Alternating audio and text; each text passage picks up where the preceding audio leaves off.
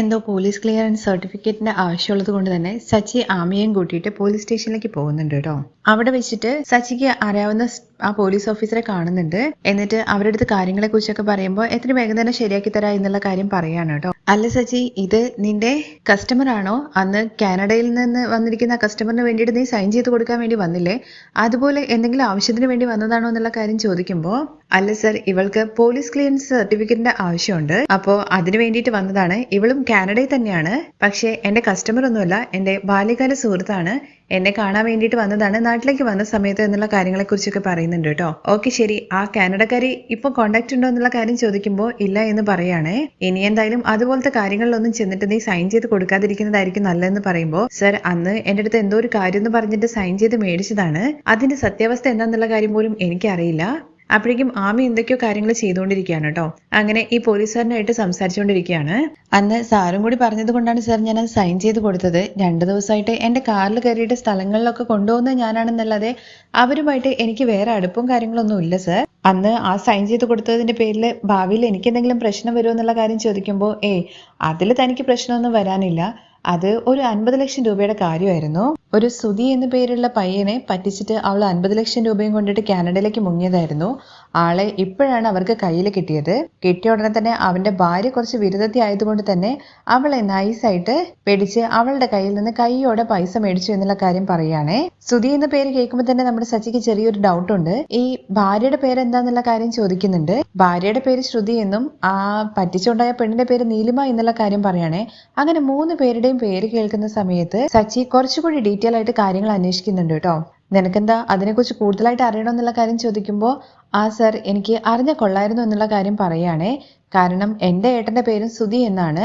അവരുടെ ഫോട്ടോസോ അങ്ങനെ എന്തെങ്കിലും ഉണ്ടോ എന്നുള്ള കാര്യം ചോദിക്കുമ്പോൾ, ഉണ്ടാവും, ആ ഫയലിനകത്ത് ഡീറ്റെയിൽസും കാര്യങ്ങളൊക്കെ ഉണ്ടാവും എന്ന് പറഞ്ഞിട്ട് ഫയൽ എടുത്ത് കൊണ്ടുപോയിട്ട് സച്ചിക്ക് കാര്യങ്ങളൊക്കെ കാണിച്ചു കൊടുക്കുന്നുണ്ട് കേട്ടോ. അത് സച്ചി അറിയുന്ന പോലീസുകാരനായതുകൊണ്ടാണ് ഡീറ്റെയിൽസും കാര്യങ്ങളൊക്കെ കൊടുത്തത്. അതിൽ നിന്ന് സച്ചിക്ക് മനസ്സിലാവാണ് ഈ നീലിമ എന്ന് പറയുന്നത് തന്റെ കാറ് കയറിയ സുധിയെ അന്ന് പറ്റിച്ചിട്ട് 50 ലക്ഷം രൂപ കൊണ്ടുപോയ ആ പെണ്ണാണ് എന്നും അവള് ഇവിടെ വന്നിട്ട് ശ്രുതി മൂലം ആ പൈസ അവർക്ക് തിരികെ കിട്ടി എന്നുള്ള കാര്യം കൂടി സച്ചിക്ക് അവിടുന്ന് മനസ്സിലാവുന്നുണ്ട്.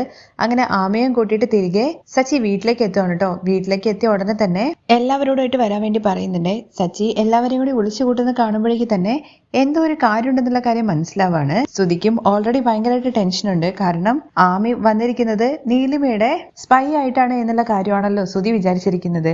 അതുകൊണ്ട് തന്നെ സച്ചി എന്തെങ്കിലും കാര്യം അറിഞ്ഞു കാണുമോ എന്നുള്ള ടെൻഷനോട് കൂടിയിട്ടാണ് ശ്രുതിയും അങ്ങോട്ടേക്ക് വരുന്നത്. പലനാൾ കള്ളൻ എന്ന് പറയുന്നത് ഒരു നാൾ പിടിയിലാണല്ലോ. അതുപോലെ തന്നെ അച്ഛാ, നല്ലൊരു കള്ളൻ ഇന്ന് വലയിൽ വീണിട്ടുണ്ട് എന്നുള്ള കാര്യം പറയാണേ. നീ എന്തൊക്കെയാ സച്ചി പറയുന്നതെന്നുള്ള കാര്യം ചോദിക്കുമ്പോ, അച്ഛന്റെ കാണാതെ പോയ ഇവൻ എടുത്തോണ്ട് പോയ 50 ലക്ഷം രൂപ തിരികെ കിട്ടി എന്നുള്ള കാര്യം പറയാണേ. അത് കേൾക്കുമ്പോൾ ശ്രുതിക്കും കാര്യം ഒന്നും മനസ്സിലാവുന്നില്ല. അതെങ്ങനെ സച്ചിക്ക് കിട്ടുന്ന എന്നുള്ള കാര്യത്തെ കുറിച്ചാണ് കേട്ടോ ആലോചിക്കുന്നത്. അതെ അച്ഛാ, അച്ഛൻ കഷ്ടപ്പെട്ട് അധ്വാനിച്ചുണ്ടാക്കിയ ആ 50 ലക്ഷം രൂപ ഉണ്ടല്ലോ, അത് നമ്മുടെ വീട്ടിലേക്ക് വന്നിട്ടുണ്ട്. പക്ഷേ ഇനിയും അച്ഛന്റെ കൈകളിലേക്ക് എത്തിയില്ല എന്ന് മാത്രമേ ഉള്ളൂ.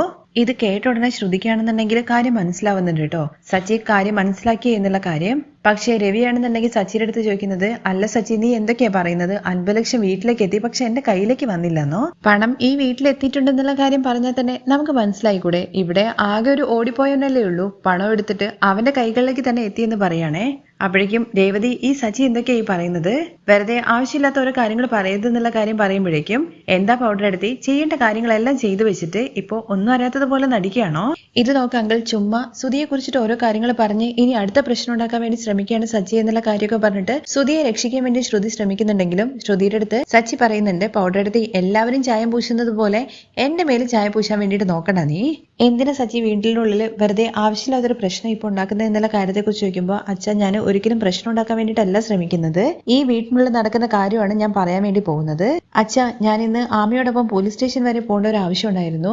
അതിനുവേണ്ടി പോയ സമയത്താണ് ഇവർ 2 പേരുടെയും കള്ളത്തരം ഇന്ന് എനിക്ക് പിടിക്കാൻ വേണ്ടി പറ്റിയത്. അത് കേട്ട ഉടനെ ശ്രുതിയും അതുപോലെ തന്നെ സുധിയും 2 പേരും ഭയങ്കരമായിട്ട് ടെൻഷനായിട്ട് മുഖത്തോട് മുഖം നോക്കുന്നുണ്ട്. തുടർന്ന് ശ്രീകാന്ത് ചോദിക്കുന്നുണ്ടേ, സച്ചേട്ടൻ കാര്യം എന്താന്ന് വെച്ചാൽ തെളിച്ചു പറയുന്നുള്ള കാര്യം ശ്രീകാന്ത് പറയുമ്പോൾ, അന്ന് ഇവൻ ഒരു പെണ്ണിന്റെ കൂടെ 1 വർഷത്തോളം ജീവിച്ചിട്ട് അവള് ഇവന്റെ പണം കൊണ്ടിട്ട് ഓടിപ്പോയില്ലേ? എന്റെ കാറിൽ ഒരു ഫോറിൻ കസ്റ്റമർ വരുന്നു എന്നുള്ള കാര്യത്തെ കുറിച്ച് പറഞ്ഞില്ലേ? ആ പെണ്ണാണ് ഇവനെ പറ്റിച്ചുകൊണ്ട് പോയ നീലിമ. ഇത് കേട്ട ഉടനെ ശ്രുതിയാണെന്നുണ്ടെങ്കിൽ, നമ്മൾ മൊത്തമായിട്ട് പിടിക്കപ്പെട്ടല്ലോ എന്നുള്ള മട്ടിലാണ് കേട്ടോ നിൽക്കുന്നത്. രേവതിയുടെ വണ്ടി ഒരു ദിവസം പോലീസുകാർ കൊണ്ടുപോയ സമയത്ത് അവിടെ ഞാനത് എടുക്കാൻ വേണ്ടി പോയിട്ടുണ്ടായിരുന്നു. അന്നേ ദിവസം എൻ്റെ അടുത്ത് ഒരു സാക്ഷിയായിട്ട് കയ്യെഴുത്ത് എഴുതി കൊടുക്കാൻ വേണ്ടി പറഞ്ഞിട്ടുണ്ടായിരുന്നു. അത് എന്താണെന്നുള്ള കാര്യമൊന്നും എനിക്കറിയില്ലായിരുന്നു. എന്തോ ഒരു സെറ്റിൽമെന്റിന്റെ സാക്ഷിയായിട്ട് ഒപ്പിട്ട് കൊടുത്താൽ മതി എന്നുള്ള കാര്യം മാത്രമായിരുന്നു പറഞ്ഞിട്ടുണ്ടായിരുന്നത്. അവർക്കും ഈ നാട്ടിൽ അറിയുന്നവരാരുമില്ല എന്നുള്ള കാര്യം പറഞ്ഞതുകൊണ്ടാണ് അന്ന് ഞാൻ ആ സൈൻ ചെയ്ത് കൊടുത്തിട്ടുണ്ടായിരുന്നത്. ആ കേസ് എന്ന് പറയുന്നത് വേറെ ആരുടെയും കേസായിരുന്നില്ലേ, ദയ നിൽക്കുന്ന 2 കള്ളനും കള്ളത്തിയും അവരുടെ കേസായിരുന്നു. അവളുടെ കയ്യിൽ നിന്ന് ഇവർ രണ്ടുപേരും കൂടി ചേർന്നിട്ട് പണം മൊത്തമായിട്ട് മേടിച്ചിട്ടുണ്ട്, 50 ലക്ഷം രൂപ. എന്നാൽ ആ പണം കിട്ടിയ വിവരം ഇവിടെ ആരെടുത്തും പറഞ്ഞിട്ടില്ല. ഇത് കേട്ടിട്ട് എല്ലാവരും ഷോക്കായിട്ട് നിൽക്കുവാണ് കേട്ടോ. തുടർന്ന് ശ്രീകാന്ത് ചോദിക്കുന്നുണ്ട്, സുധിയേട്ടൻ ആ പണം കിട്ടിയിട്ടുണ്ടായിരുന്നെങ്കിൽ ഉറപ്പായിട്ടും ആ പണം അച്ഛന്റെ കയ്യിലേക്കല്ലേ തിരികെ കൊടുക്കേണ്ടിയിരുന്നത്? അതെങ്ങനെ ശ്രീകാന്തെ അവര് തിരികെ തരാ? ഇവർ രണ്ടുപേരും കൂടി ചേർന്നിട്ട് നല്ല മാസ്റ്റർ പ്ലാൻ ഉണ്ടാക്കിയിട്ടുണ്ടായിരുന്നല്ലോ. നമ്മുടെ പൗഡർ എടുത്തി എന്ന് പറയുന്നത് ചില്ലറക്കാരി ഒന്നുമല്ല, ഭയങ്കര ക്രിമിനൽ ബുദ്ധിയുള്ള ആള് തന്നെയാണ്. നീലിമ ഇവന്റെ അക്കൗണ്ടിലേക്ക് പണം അയച്ചു കൊടുത്തതിന്റെ ആ ദിവസം തന്നെയാണ് പൗഡർ എടുത്തിയുടെ അച്ഛൻ മലേഷ്യയിൽ നിന്നും പണം അയച്ചു കൊടുത്തത് എന്നുള്ള കാര്യം പറഞ്ഞിട്ട് നല്ല കഥ കെട്ടി മെനഞ്ഞിട്ടുണ്ടായിരുന്നല്ലോ. അത് കഴിഞ്ഞ് സുധിയുടെ മുഖത്ത് നോക്കിയിട്ട് സച്ചി പറയുന്നുണ്ട് കേട്ടോ, അല്ലടാ നീ എന്താ പറഞ്ഞത് അന്ന്? നിന്റെ അമ്മായിയപ്പൻ നിനക്ക് ബിസിനസ് നടത്താൻ വേണ്ടിയിട്ട് നിന്റെ അക്കൗണ്ടിലേക്ക് പണം അയച്ചു തന്നു എന്നല്ലേ? എന്റെ അച്ഛൻ കഷ്ടപ്പെട്ട് അധ്വാനിച്ചുണ്ടാക്കിയ പണം വല്ലവനും നിന്റെ അക്കൗണ്ടിലേക്ക് ഇട്ടു തന്നു എന്നുള്ള കാര്യം പറയോടാ നീ? ഇതെല്ലാം കേൾക്കുമ്പോൾ ശ്രുതിയാണെന്നുണ്ടെങ്കിൽ സച്ചി നീ മര്യാദയ്ക്ക് സംസാരിക്കണം എന്നുള്ള കാര്യം പറയാണേ. എന്നാൽ വർഷയാണെങ്കിൽ ശ്രുതിയുടെ അടുത്ത് പറയുന്നത്, സച്ചേട്ടൻ ഇത്രയും മര്യാദയോട് കൂടി സംസാരിക്കുന്നത് നിങ്ങളുടെ ഭാഗ്യമാണ്. അല്ല ശ്രുതി ചേച്ചി, ആ പണം എങ്ങനെയാ നിങ്ങൾ ഒറ്റയ്ക്ക് വെക്കുന്നത്? അതില് എല്ലാവർക്കും അവകാശമില്ലേ അങ്കിളുടെ പണത്തിൽ എന്നുള്ള കാര്യം വർഷ ചോദിക്കുമ്പോ ശ്രുതി പറയുന്നുണ്ട്, ഞങ്ങൾ രണ്ടുപേരും കൂടി ചേർന്നിട്ട് ആ ഫ്രോഡിനെ കണ്ടുപിടിച്ചിട്ട് പണം മേടിച്ചെടുക്കുകയാണ് ചെയ്തത്. സുധിയേട്ടൻ എന്താ ഇങ്ങനെ പറയുന്നത്? സുധിയേട്ടൻ കഷ്ടപ്പെട്ട് അധ്വാനിച്ചുണ്ടാക്കിയത് പോലെയാണല്ലോ വർത്താനം. സുധിയേട്ടനെ പറ്റിച്ചിട്ടല്ലേ അവര് പോയിട്ടുണ്ടായിരുന്നത്. അതുകൊണ്ട് അത് സുധിയേട്ടന്റെ ഉത്തരവാദിത്തം തന്നെയായിരുന്നു പണം മേടിച്ചെടുക്കുക എന്നുള്ളത്. ഇത് ഇത്ര വലിയ പെരുമയായിട്ട് പറയേണ്ട കാര്യമൊന്നുമില്ല. എന്താ സുധി നീ പറഞ്ഞത്? നീയായിട്ട് തേടി പിടിച്ചിട്ട് ആ ഫ്രോഡിനെ കണ്ടുപിടിച്ചു എന്നുള്ള കാര്യോ?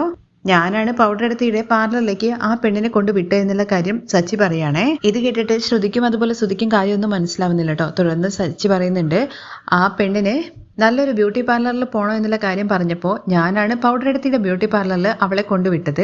അന്ന് ഞാൻ അങ്ങനെ കൊണ്ടുവിട്ടത് കൊണ്ട് മാത്രമാണ് നിങ്ങളെ കൈവലയിൽ അവൾ വീണത്. എൻ്റെ അച്ഛൻ്റെ പണം തിരികെ കിട്ടാൻ വേണ്ടിയിട്ട് ഞാനും ഒരു നിമിത്തമായി എന്നുള്ള കാര്യം സച്ചി പറയുമ്പോഴേക്കും, നീ എന്താണ് നിന്റെ അച്ഛൻ എന്നുള്ള കാര്യം പറയുന്നത്? അച്ഛൻ്റെ ഇതിൽ എല്ലാവർക്കും അവകാശമുണ്ട്. അച്ഛൻ്റെ പണം ഒറ്റയ്ക്ക് എടുത്തിട്ട് ഓടുന്ന സമയത്ത് നിനക്ക് ഈ പങ്കിന്റെ കാര്യമൊന്നും ഓർമ്മയില്ലേ?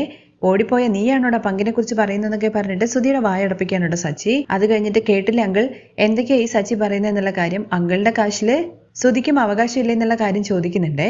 ഞങ്ങൾ ഒരിക്കലും അച്ഛ ആ പണവുമായിട്ട് ഓടിപ്പോണമെന്നൊന്നും വിചാരിച്ചിട്ടില്ല.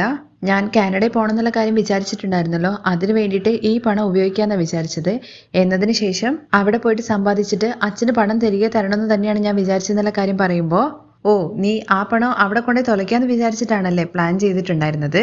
ഇവിടെ നാട്ടിൽ ഒരു ജോലിക്കും മര്യാദയ്ക്ക് പോവാത്ത നീയാണോ ഇനിയിപ്പോ പുറം രാജ്യത്ത് പോയിട്ട് ഇവര് സമ്പാദിക്കാൻ വേണ്ടി പോകുന്നത്? തുടർന്ന് ശ്രീകാന്ത് പറയുന്നുണ്ട്, അച്ഛന്റെ കയ്യിൽ നിന്ന് പണം മേടിച്ചിട്ട് നീ ബിസിനസ് ആരംഭിക്കാൻ വേണ്ടി പോകുന്നു എന്നുള്ള കാര്യമല്ലേ അന്ന് പറഞ്ഞിട്ടുണ്ടായിരുന്നത്?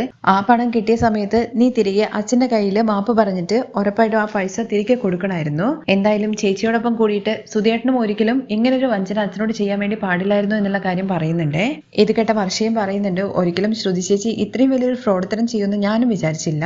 എല്ലാവരും കൂടി ചേർന്നിട്ട് ശ്രുതിയെ തിന്നുന്ന സമയത്ത് ശ്രുതിക്ക് തല പൊക്കാൻ പോലും പറ്റാത്ത അവസ്ഥയിൽ ഇങ്ങനെ നിൽക്കുവാണ് കേട്ടോ. പക്ഷേ സച്ചിയാണെന്നുണ്ടെങ്കിൽ ശ്രുതിയുടെ അടുത്തുമായിട്ട് പറയുന്നത് എത്രയും വേഗം തന്നെ അച്ഛന്റെ 50 ലക്ഷം രൂപ അച്ഛന്റെ കയ്യിൽ തിരികെ കൊടുക്കണം എന്നുള്ള കാര്യമാണ്. എന്നാൽ ഇനിയിപ്പോ എന്ത് ചെയ്യും എന്നുള്ള കാര്യം അറിയാതെ നിൽക്കുന്ന ശ്രുതിയും സുധിയാണ് കേട്ടോ കാണിക്കുന്നത്.